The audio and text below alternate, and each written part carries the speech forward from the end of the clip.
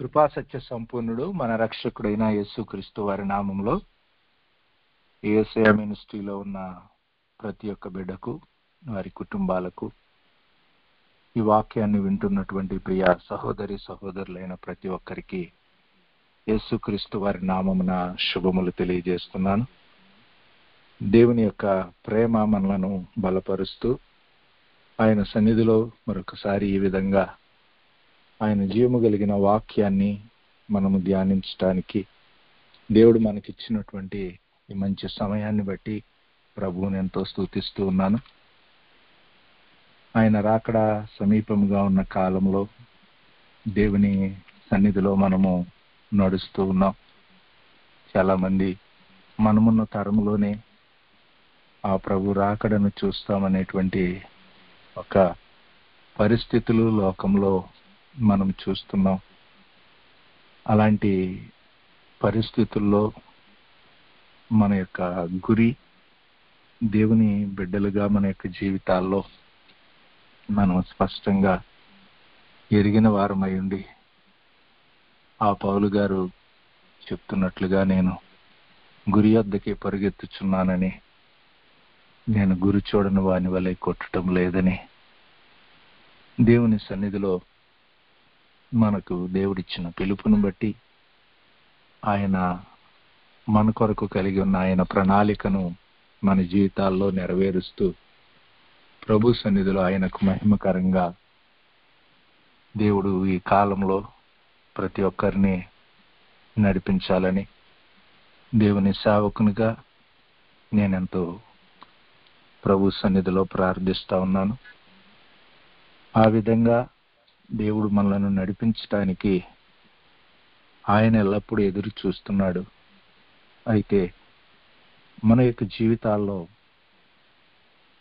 మనము వెళ్ళే మార్గంలో మనము ఎదుర్కొనే ప్రతికూల పరిస్థితులు మనల్ని ఆ విధంగా ముందుకు నడవకుండా మనల్ని నియంత్రించేటువంటి పరిస్థితులు ఉంటాయి. అయితే అలాంటి పరిస్థితులన్నిటిలో దేవుడు మనల్ని కోరుతూ ఉన్నటువంటిది ఏమిటంటే, ఒక జయ జీవితాన్ని దేవుడు మన యొక్క జీవితాల్లో చూడటానికి ఆయన ఇష్టపడుతూ ఉన్నారు. అందుకు యేసుక్రీస్తు వారి ద్వారా మనకి అన్ని విషయాల్లో అత్యధికమైన విజయాన్ని ఇవ్వటానికి దేవుడు ఇష్టపడుతూ ఉన్నారు. అది మనం గుర్తిరిగి మనకు ఎదురయ్యేటువంటి ప్రతికూల స్థితుల అభ్యంతరాల్లో కొన్నిసార్లు మనకు కలిగేటువంటి అపజయంలాగా అనిపించే పరిస్థితుల్లో దేవుడు మన యొక్క జీవితాల్లో ఆయన అనుగ్రహించేటువంటి ఆ మహిమ కలిగిన విజయాన్ని చూడటానికి మనము నిరీక్షణకు ఆధారం లేని పరిస్థితుల్లో సైతము దేవుని సన్నిధానం చెంత నిరీక్షణతో మనము నిలిచి మనం అడుగులు వేయటం అనేటువంటిది మనకి ఎంతో అవసరం. మనందరికీ తెలుసు, ప్రకటన గ్రంథము 21వ అధ్యాయం 7వ వచనంలో ఒక మాటని మనం చూస్తాం. జయించువాడు వీటిని స్వతంత్రించుకొనును, నేను అతనికి దేవుడినై ఉండును, అతడు నాకు కుమారుడై ఉండును. ఆమేన్. చదవబడిన ఈ లేఖనము ప్రభు మనందరి జీవితాల్లో ఆయన జీవము కలిగిన ఆత్మ సహాయంతో ఆయనకు మహిమకరంగా నెరవేర్చునుగాక. ఆమేన్. ప్రియులారా, దేవుని ఉన్నతమైన పిలుపులో మన యొక్క జీవితాల్లో మనం అడుగులు వేస్తూ ఉండగా మన యొక్క జీవిత గమనాల్లో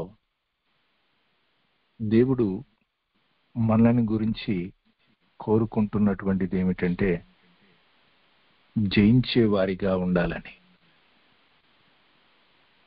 జయించాలి అని అంటే మనం ఏం చేయాలి అంటే, మొదట పోరాడాలి.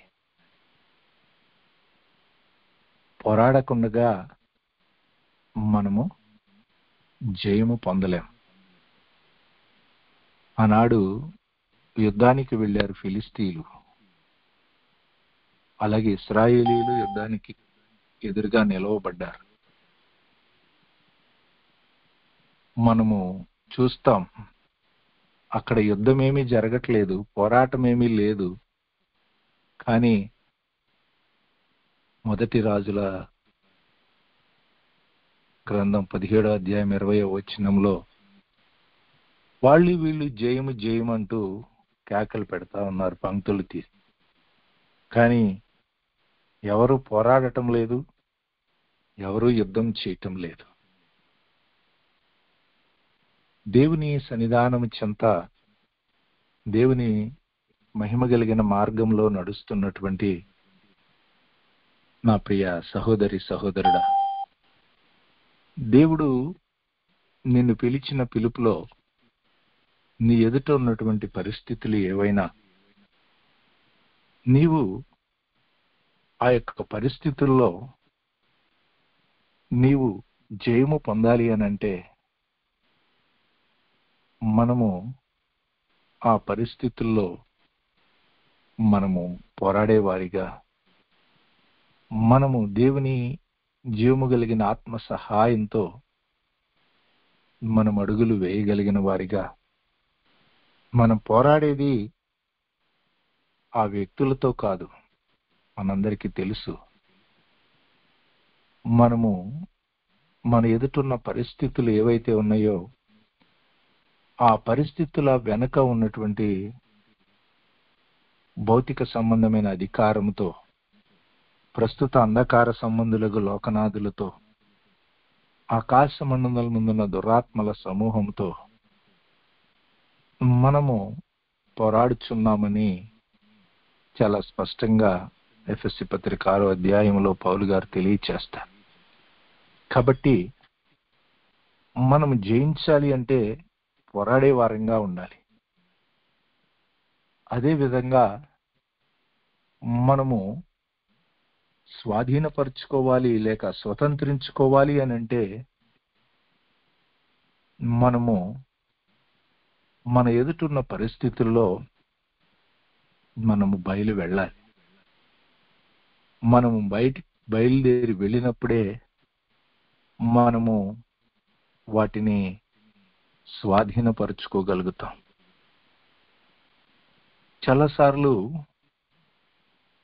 కొందరు పోరాడతారు, కానీ వారి యొక్క జీవితాల్లో వారికి దేవుడిచ్చిన ఏర్పాట్లను వారు స్వాధీనపరుచుకునలేరు. నాటి కాలంలో నేను చాలా మందిని చూస్తున్నాను, వాళ్ళు భౌతికంగా కొన్నిటి విషయంలో వారి లోక సంబంధమైన అధికారుల యొద్దకు వెళ్ళి వారికి ఉన్న హక్కులను పొందుకున్న వాళ్ళు ఉన్నారు. అలాగే ఈ లోక సంబంధమైన న్యాయస్థానాల దగ్గరకు వెళ్ళి ఆ న్యాయస్థానాల్లో గెలిచిన వారు ఉన్నారు. కానీ వాళ్లకున్న హక్కులను పొందుకున్న వాళ్ళు, న్యాయస్థానాల్లో గెలిచిన వారు వాళ్ళ యొక్క సొత్తును స్వాధీనపరుచుకోలేనటువంటి వారుగా ఉంటున్నటువంటి వారుగా, దేవుని బిడ్డలుగా మన యొక్క జీవితాల్లో దేవుడు మనల్ని జయించేవారిగా, స్వతంత్రించుకునే వారిగా ఆయన మనలను నిలబెట్టడానికి ఇష్టపడుతున్నాడు. అలాంటి వారికి నేను దేవుడినిగా, వారు నాకు కుమారులుగా ఉంటారని ఆయన చెప్తున్నాడు. ఆ విధంగా దేవుని సన్నిధానం చెంత మన యొక్క జీవితాల్లో ఏ విధమైన దప్పికతో మనం ఉంటున్నాం, భౌతికంగా మన యొక్క జీవితాల్లో మనకు ఎదురయ్యే ప్రతికూల స్థితుల్లో కానీ, ఆత్మీయ ప్రయాణంలో ఆయనకు మహిమకరంగా అడుగులను వేయటానికి మనకెదురయ్యేటువంటి అభ్యంతరాల్లో కానీ, దేవుని బిడ్డలుగా మనము ఈ లోకంలో తప్పక మన ఆత్మీయ ఎదుగుదలకు, భౌతికంగా మన యొక్క అవసరతలు, మన అక్కరలు, దేవునికి మహిమకరంగా మనం నిలవబడవలసినటువంటి పరిస్థితుల్లో ఈ లోకంలో తప్పక మనకు అభ్యంతరాలు కలుగుతాయి. అయితే దేవుని బిడ్డలుగా మన యొక్క జీవితాల్లో మనము ఒక కాలేబు లాంటి ఒక మనసు మన యొక్క జీవితాల్లో మనము కలిగి ఉండాలి. అది దేవుడు మనల్ని గురించి ఆశిస్తూ ఉన్నటువంటి ఏర్పాటు. ఆనాడు ఆ 20 లక్షల మంది ప్రజల్లో ఇద్దరు ప్రవేశిస్తే ఇద్దరిలో ఒకే ఒక్కడు చాలా స్పష్టంగా చెబుతున్న మాటని సంఖ్యాకాండం 13వ అధ్యాయం 30వ వచనంలో మనం చూడగలుగుతాం. కాలేబు మోషే ఎదుట జనులను నిమ్మళపరిచి, మనము నిశ్చయంగా వెళ్ళుదము, దానిని స్వాధీనపరుచుకుందుము, దాన్ని జయించుటకు మన శక్తి చాలుననెను. ఆమేన్. దేవుని బిడ్డలుగా మన యొక్క జీవితాల్లో 20 లక్షల మంది ప్రజల్లో ఒకే ఒక వ్యక్తి మాట్లాడుతా ఉన్నాడు. ఇంకా చెప్పాలి అంటే వెళ్ళొచ్చిన ఆ 12 మంది వేగుల వారిలో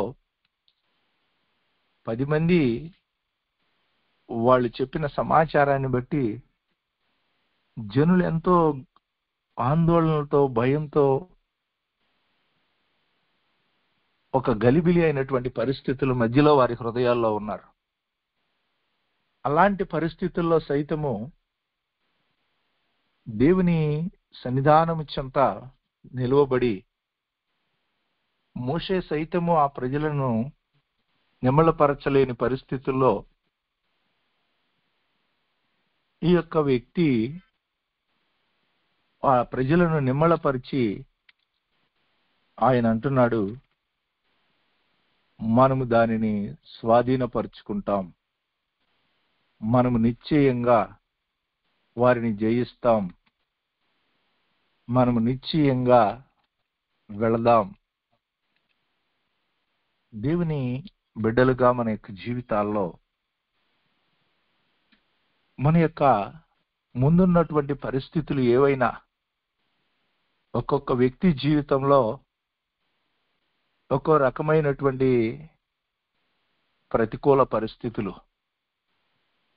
అవన్నీ మనము మన యొక్క విశ్వాస పరిమాణాన్ని బట్టి మనం ఏవేమైతే మన జీవితాల్లో మనం తట్టుకోగలమో, ఎంతవరకైతే మనం భరించగలమో, దేనినైతే మన యొక్క జీవితాల్లో మనం మోయగలమో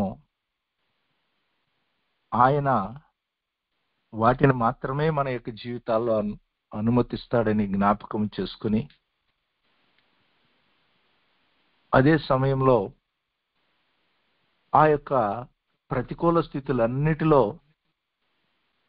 ఆయనకు మహిమకరంగా ఒక జయమును అనుగ్రహించి,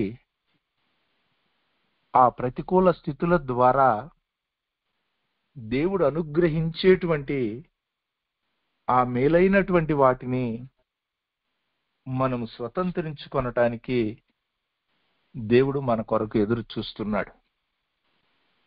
మనకు తెలుసు, ఆ 7 సంఘాలకి వ్రాసిన లేఖల్లో అందరికీ ప్రతి వారిని గురించి కామన్ గా మాట్లాడిన మాట ఏమిటంటే, ప్రతి వ్యక్తిని జయించే వారిగా ఉండాలని. అన్ని సంఘాలకి ప్రకటన గ్రంథం 2వ అధ్యాయం 3వ అధ్యాయంలో ఆ 7 సంఘాలకి ఆయన చెప్పిన మాటను మనం చూస్తాం. అంటే క్రొత్త నిబంధనలో జీవము కలిగిన దేవుని సంఘములో నడుస్తున్న నీవు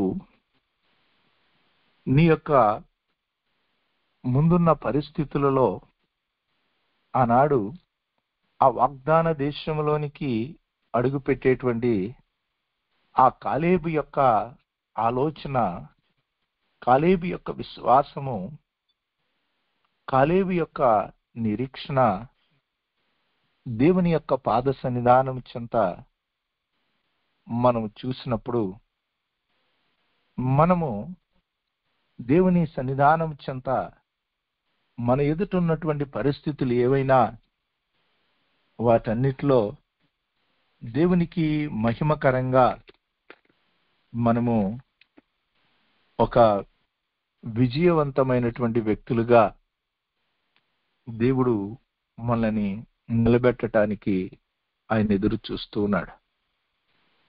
అందుకే we are the more than conquerors అని, మనము వీటన్నిటిలో అత్యధికమైన విజయాన్ని పొందుచున్నామని రోమాపత్రిక 8:37 ఆనాడు అపోస్తలుడైన పౌలు తెలియచేస్తారు. అయితే దానికి మనము మన యొక్క జీవితంలో జయించిన వారిగా ఉండటానికి ఉండాల్సినటువంటి ఒక ప్రాముఖ్యమైనటువంటి స్థితులను మనం ఎప్పుడు మన జీవితంలో జ్ఞాపకం చేసుకుంటూ ఉండాలి. ప్రతిరోజు మనకు తెలుసు, యోహాను రాసిన మొదటి పత్రిక 5:4 దేవుని యొక్క మహిమ కలిగిన మార్గంలో నడిచేటువంటి మనకి దేవుని మూలముగా పుట్టిన వారందరూ లోకాన్ని జయిస్తారు, లోకాన్ని జయించిన విజయము మన విశ్వాసమే అని. మన యొక్క మార్గాలలో దేవుని మహిమ కలిగిన విజయాలను మనం పొందటానికి మన యొక్క విశ్వాసము ఏ విధంగా మనము దేవుని సన్నిధానం చెంత సరిచేసుకుంటున్నాం. మనం విశ్వాసము గలవారమై ఉన్నామో లేదో అని మనల్ని మనమే శోధించి చూచుకోమన్నాడు కొరింథీయులతో అపోస్తలుడైన పౌలు. కాబట్టి మనము ఒక జయ జీవితంతో మన ముందుకు అడుగులను వేయటానికి మనం ఆయన సన్నిధిలో ఆయన యందు మనముంచే విశ్వాసము మన యొక్క జీవితాల్లో మనకు తెలుసు, వినుట వలన విశ్వాసం కలుగుతుంది, అది క్రీస్తుని గూర్చిన మాట వలనని. మన యొక్క విశ్వాసము ఈ లోక సంబంధమైనటువంటి అనేకమైనటువంటి పరిస్థితులను ఆధారంగా చేసుకుని కలిగేదిగా కాకుండా కొన్ని సందర్భాల్లో దేవుడు మనము కొన్ని కార్యాలు చేయటానికి విశ్వాసం అనే వరాన్ని దేవుడు మనకిస్తాడు. అది మనం ఆ పనులు చేయటానికి ఆ విశ్వాసాన్ని మనం కలిగి ఉంటాం. కానీ విశ్వాసం అనేటువంటిది ఒక ఆత్మ ఫలం. అది మనలో ఎల్లప్పుడూ వృద్ధి చెందుతూ ఉండవలసినటువంటిది. మన విశ్వాసము ఏదో ఒక స్థాయిలో ఆగిపోతే అక్కడ ఉండిపోదు. అది క్రమంగా తగ్గిపోతూ ఉంటది, నిలిచి ఉండేది కాదు. ఆ విశ్వాసము కలిగి ఉంటే దానికి తగ్గ క్రియలు మనము కలిగి ఆ విధంగా ఆ కాలేబు ఇచ్చినట్లుగా దేవుని సన్నిధానం చెంత ఒక స్పష్టమైనటువంటి మాటతో మనము మన పరిస్థితుల ఎదుట దేవుని సన్నిధిలో దేవుని నామములో మనము విశ్వాసముతో నిలువబడటం, దేవుని మహిమ కలిగిన అధికారంతో మన విశ్వాసాన్ని కనపరచటం, ఇది మనము చేయవలసిన మొదటి అడుగు. ఆ తరువాత రెండవదిగా మనము చూస్తే దేవుని యొక్క కటాక్షము. మనము జయము పొందటానికి కీర్తనల గ్రంథం 44వ కీర్తన 3వ వచనంలో కోరాహు కుమారులు వారి యొక్క జీవితంలో ఎదురైనటువంటి భయంకరమైన పరిస్థితుల్లో ఆ తండ్రి తనతో కూడా ఉన్నటువంటి కొందరు దాతాను, అబీరాము, కొందరు వ్యక్తులు అందరూ కలిసి మనకు తెలుసు దేవుని ఉగ్రతలోనికి వెళ్ళిపోయిన పరిస్థితుల్లో దేవుడు కనికరించి ఆ యొక్క కోరాహు కుమారులను దేవుడు విడిపించాడు. వారి యొక్క జీవితాల్లో దేవుడు ఆ ప్రజలను నడిపించినటువంటి ప్రయాణాన్ని దేవుని మందిరంలో ధ్యానిస్తూ 44వ కీర్తన 3వ వచనంలో వాళ్ళు చెప్తారు, తమ ఖడ్గము చేత దేశాన్ని స్వాధీనపరుచుకొనలేదు, తమ బాహువు వారికి జయమీయలేదు, నీవు వారిని కటాక్షించితివి గనుక నీ దక్షిణ హస్తమే, నీ బాహువే, నీ ముఖకాంతియే వారికి విజయము కలుగజేసెను అని. క్రీస్తునందు ప్రియులారా, దేవునికి మహిమకరంగా మన యొక్క జీవితాల్లో మన ముందుకు అడుగులను వేయటానికి ఆయన యందు మన విశ్వాసం ఉంచి మనం ఒక జయ జీవితంలోనికి ముందుకు నడవటానికి నిలవబడినప్పుడు మన ఎదుట నిలబడేటువంటి మొట్టమొదటి శత్రువు మరణం యొక్క బలము కలిగిన అధికారం. దేవుని సన్నిధానము చెంత దేవునికి మహిమకరంగా ఆ ప్రతికూల పరిస్థితులను మనం దాటి ముందుకడుగు వేయటానికి ఆ ఐగుప్తు నుంచి బయలుదేరిన ఇశ్రాయేలీలకు ఎలాగ మృత సముద్రం ఎదురుగా నిలబడిందో, ఆ యొక్క ఎర్ర సముద్రం ఎదురుగా నిలబడిందో, అలాగూ మన ఎదుట ఈ లోక సంబంధమైన అధికారము అనేక విధాలుగా మన మార్గంలో మనకు అభ్యంతరకరంగా నిలబడి, అపోస్తులుడైన పౌలు అందుకే కొరింథీయులకు రాసిన మొదటి పత్రిక 15:57లో ఆ యొక్క మరణానికి ఉన్నటువంటి బలము ధర్మశాస్త్రమే, ఆ ధర్మశాస్త్రము దేవుడు అనుగ్రహించినటువంటి ఏర్పాటులో దేవునికి మహిమకరంగా మనం అడుగులను వేయటానికి మనకు దేవుడు అది అనుగ్రహించాడు. అయితే ఆ మరణపు ముళ్ళు పాపముగా, ఆ పాపానికి ఉన్నటువంటి బలము ధర్మశాస్త్రంగా ఉంటున్నప్పుడు దేవుడు మన ప్రభు అయిన యేసుక్రీస్తు వారి ద్వారా మనకు జయం అనుగ్రహించుచు ఉన్నాడని ప్రభు సన్నిధానం చెంత అందుకు దేవునికి స్తోత్రం అని చెప్తాడు. మన యొక్క జీవితాల్లో మనం ఒక జయ జీవితంలో నడవటానికి దేవుని యందలి మన విశ్వాసము, రెండవది దేవుడు మన ఎడల చూపించే కటాక్షం. దేవుని సన్నిధిలో మన పితరులను ఏ విధంగా తన దక్షిణ హస్తముతో, తన యొక్క బాహుబలముతో తన ముఖ కాంతితో దేవుడు వారికి వారి ప్రతికూల స్థితుల్లో జయమిచ్చాడో మన యొక్క జీవితాల్లో మనకెదురయ్యేటువంటి ప్రతికూల పరిస్థితుల్లో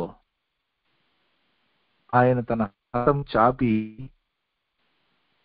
మనల్ని ప్రతికూల స్థితుల్లో దాచి ఉంచే దేవుడు. మన ఎదుట ఈ లోక సంబంధమైన అధికారము అనేక రకాలుగా మనపై దాడి చేస్తున్నప్పుడు మన శక్తి మన బలము చాలనప్పుడు ఆయన తన యొక్క భూము కలిగిన ఆత్మతో మన పక్షంగా పనిచేసే దేవుడు. మన యొక్క జీవితాల్లో తన ముఖ కాంతిని మన మీద ప్రకాశింపజేసి మన యొక్క జీవితాల్లో ఒక గొప్ప జయం అనుగ్రహించేటువంటి ప్రభు.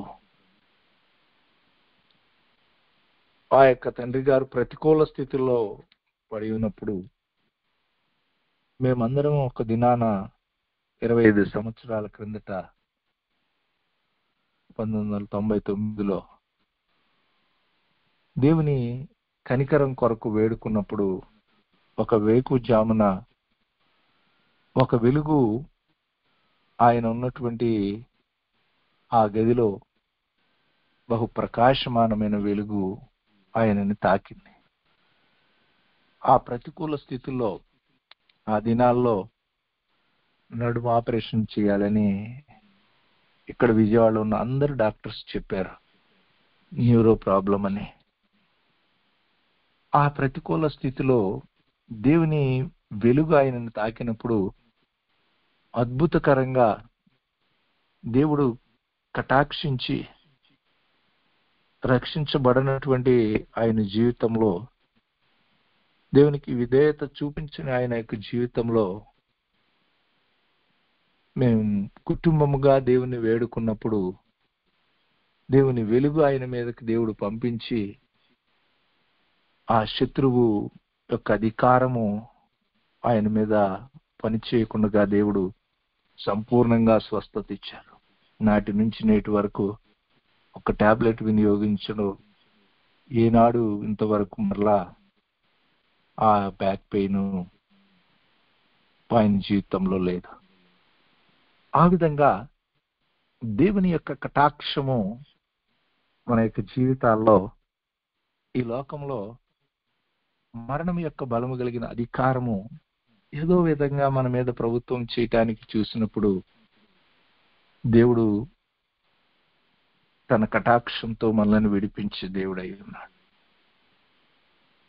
మూడవదిగా మనము చూసినప్పుడు దేవుని విజయాలను మనము మన యొక్క జీవితాల్లో పొందుకొనటానికి దేవుని యొక్క సహాయము మన యొక్క జీవితాల్లో మనకెంతో అవసరం. మన యొక్క ఆత్మీయ ప్రయాణంలో దేవుడు మనకు తోడై ఉండేటువంటి పరిస్థితులు మనము కలిగి ఉండాలి. గొప్ప దైవజనుడు మనకు మాట చెప్పారు, దేవుడు నన్ను విడిచిపెట్టి 15 సంవత్సరాలైంది అని. దేవుడిచ్చిన వరములు, దేవుడిచ్చిన తలాంతులు పట్టుకుని దేవుని బిడ్డలుగా మనము ప్రయాణం చేస్తున్నాం. ఆయన తానిచ్చిన వరాల విషయంలో, తానిచ్చిన తలాంతుల విషయంలో ఆయన పశ్చాత్తాపపడడు. అన్నాడు ఇశ్రాయేలీలతో కూడా అన్నాడు, ఇదిగో నేను మీతో కూడా రాను, మోషే వీళ్ళని తీసుకుని వెళ్ళి నేను వాగ్దానం చేసిన దేశంలోనికి వీళ్ళని ప్రవేశపెట్టు అని. కానీ ఏంటి, రాకపోతే ఏంట్లే, ఆయన రాకపోయినా గాని మనం వాగ్దాన దేశంలోనికి వెళ్తున్నాం కదా అని మోషే ఏమి వాళ్ళని తీసుకుని వెళ్ళటానికి సిద్ధపడలా. కానీ ఈనాడు మనం చూస్తున్నప్పుడు దేవుడు తోడుగా లేకుండా మన చుట్టూ చాలా మంది దేవుని గొప్ప గొప్ప పరిచర్యలు చేస్తున్నటువంటి వాళ్ళు మన చుట్టూ ఉన్నారు. అయితే దేవుని బిడ్డలుగా మన యొక్క జీవితాల్లో మనం ఒక జయ జీవితంతో మనం ముందుకు వెళ్ళాలి అని అంటే దేవుడు మనకు తోడుగా ఉండటం అనేటువంటిది మన జీవితాలకు ఎంతో అవసరం. దేవుడు లేకుండా మనము ఎన్నో కార్యాలు చేయగలం, కానీ దేవునితో కూడా ఆయన మనల్ని నడిపించే ఏర్పాటుతో కూడా మనం చేస్తే అది మన జీవితాలకి ఎంతో మేలుకరం, ఆశీర్వాదకరం. దేవుడు వద్దు అని చెప్తే దావీదు ఆగిపోయాడు. తాను చేయటానికి చేయగలడు, ఆ పనిని మందిరము కట్టగలడు. కానీ అలా చేస్తే దేవుడు అతనికి తోడుగా ఉండడని తెలుసు కాబట్టి ఆగిపోయాడు. 2 రాజుల గ్రంథం 18:7లో హిజ్కియాని గురించి ఒక మాట ఉంటది. యెహోవా అతనికి తోడుగా ఉండెను గనుక తాను వెళ్ళిన చోటెల్లా అతడు జయం పొందాడు. ఎందుకు తోడుగా ఉన్నాడు? ఆయన తోడుగా ఉండటానికి ఆయన ఉన్న హిజ్కియా ఫ్యానా దేవుడు? అలా ఏం లేదు. ఈ లోకంలో ఆయన అందరినీ ప్రేమిస్తున్నాడు. ఎవరికి దూరంగా ఉండేవాడు కాడు. అందరికీ సమీపంగానే ఉంటున్నాడు. అయితే ఆ సమీపముగా ఉండే దేవుడు అతనికి తోడుగా ఉండటానికి కారణం మనం అక్కడ చూస్తాం. అతని యొక్క అడుగులు 18:6లో యెహోవాతో హత్తుకొని ఆయనను వెంబడించుటలో వెనుక తీయక ఆయన మోషేకు ఆజ్ఞాపించిన ఆజ్ఞలన్నీ గైకొనుచూ ఉండెను. మన జీవితాల్లో మనం ఆయన యందు విశ్వాసం ఉంచి ఆయన కటాక్షముతో కొన్ని ప్రతికూల స్థితులను దాటి మనం ఆయన ఇచ్చిన విజయాలతో వెళుతూ ఆయన మనకు తోడుగా ఉండకుండా నడిచేటువంటి పరిస్థితులు ఎన్నో ఉన్నాయి ఈనాడు. కానీ హిజ్కియా అలా కాకుండా ఆయన ఆజ్ఞలన్నిటినీ నెరవేరుస్తూ ఆయననే హత్తుకొని ఆయనను వెంబడించటంలో ఏ విషయంలో వెనక తీయకుండా వెళుతున్నాడు. కనుక యెహోవా అతనికి తోడుగా ఉన్నాడు. నీ యొక్క జీవితంలో నీ ఒక జయ జీవితాన్ని జీవించటానికి ఆ విధంగా దేవుడు నిన్ను నన్ను ఆయన మనకు తోడుగా ఉన్నాడా లేదా మనం జరిగించే కార్యాలలో అని మనము చూచుకుని ఆయన చిత్తానుసారంగా మనం అడుగులను వేయవలసిన వారమై ఉన్నాం. ఆఖరిగా మనం చూస్తే మనం ఒక జయ జీవితాన్ని చేయటానికి దేవుని యొక్క అభిషేకము మన యొక్క జీవితానికి ఎంతో అవసరం. మనం జరిగించే అనేక కార్యాలు దేవుడు మనల్ని అభిషేకించి ఆయనకు మహిమకరంగా మనం ఆ కార్యాలను జరిగించటానికి ఆయన మన కొరకు ఎదురు చూస్తున్నాడు. ఆనాడు ఇశ్రాయేలు ప్రజల్లో ఆయన ఉన్నతమైన విమోచనను కలుగు చేయటానికి దేవుని పక్షంగా నిలబడేటువంటి వ్యక్తులు లేని సమయంలో ఒక అన్యుడైనటువంటి రాజుని దేవుడు అభిషేకించాడు. ఇశ్రాయేలీల విడుదల కొరకు దేవుడు కోరేషుని అభిషేకించి దేవుని ప్రజల పక్షంగా దేవుని సన్నిధానం చెంత నిలవబడి యెషయా గ్రంథం 45 అధ్యాయం 1 వచనంలో దేవుడు అద్భుతకరంగా అతని ద్వారా ఇశ్రాయేలీలను ఆ ప్రతికూల స్థితి నుంచి విడిపించాడు. కాబట్టి నీ ఒక జీవితంలో ముందుకు వెళ్ళటానికి ఈ లోకంలో ఏ యొక్క మనుషుల సహాయమును నీవు ఆధారంగా చేసుకొనకుండా దేవా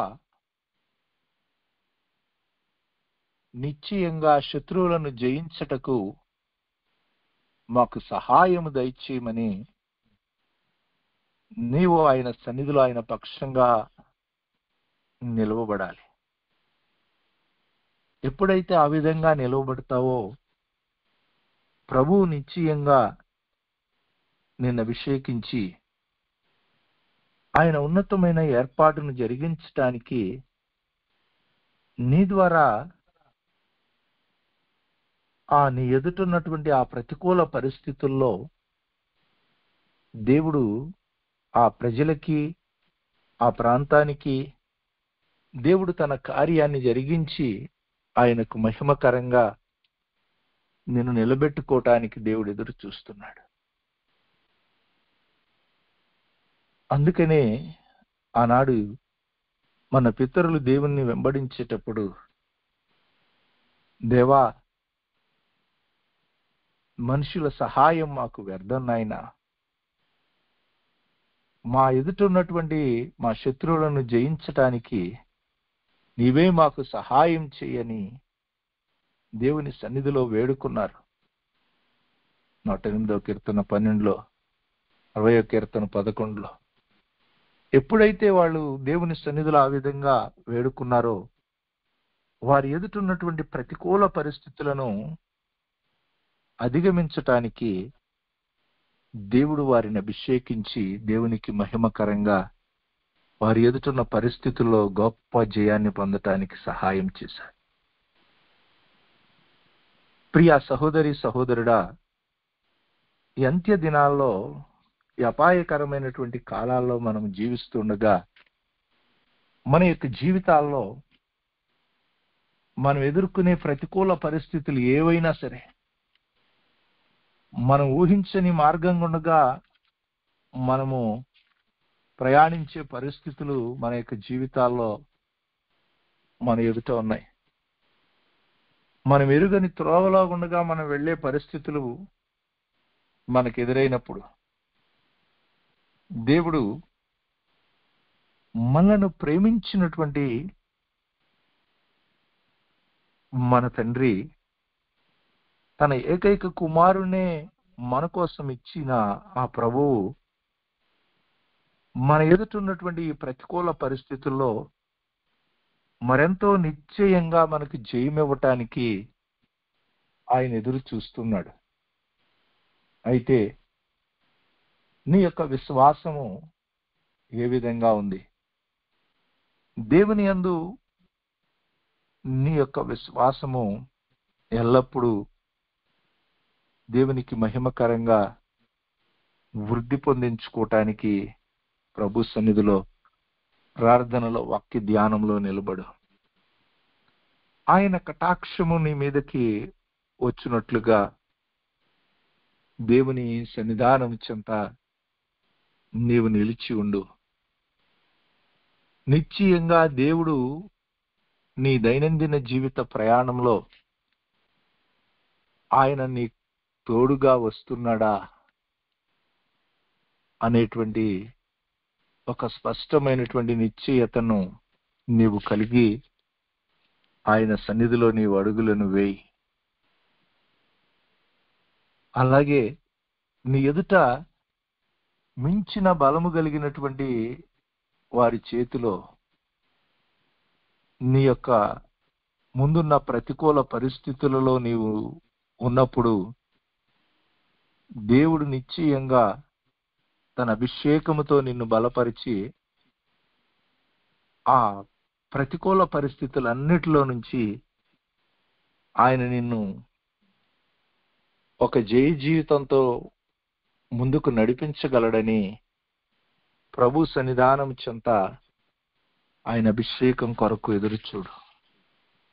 నీవెప్పుడైతే ఆ విధంగా ప్రభు సన్నిధిలో నిలబడతావో నీ ఎదుట ఉన్నటువంటి మార్గంలో ఆయన ఒక అద్భుతకరమైనటువంటి కార్యాన్ని జరిగించి నీవు ఆ ప్రతికూల పరిస్థితులన్నిటి ద్వారా దేవుడు నీ కొరకు సిద్ధపరిచినటువంటి ఆ మేలుని నీవు స్వతంత్రించుకొనటానికి దేవుడు నీ కొరకు అనుగ్రహించినటువంటి ఆ ఆశీర్వాదాన్ని ప్రభువు నీకు అనుగ్రహించటానికి ఆయన సిద్ధంగా ఉన్నాడు. కాబట్టి ఆనాడు ఆ అంత్యకాలంలో ఉన్న సంఘాలకి దేవుడు అనుగ్రహించినట్లుగా ఆ జీవవృక్ష ఫలాలను భుజించటానికి కానీ ఆ భౌతిక సంబంధమైన రెండవ మరణం మన మీద అధికారం చేయటానికి కానీ దేవుని సన్నిధిలో మరుగైనటువంటి ఆయన మన్నాను భుజించటానికి కానీ దేవుడు అనుగ్రహించేటువంటి ఆ జీవ గ్రంథంలో మన పేరు ఉండేటువంటి పరిస్థితులు కానీ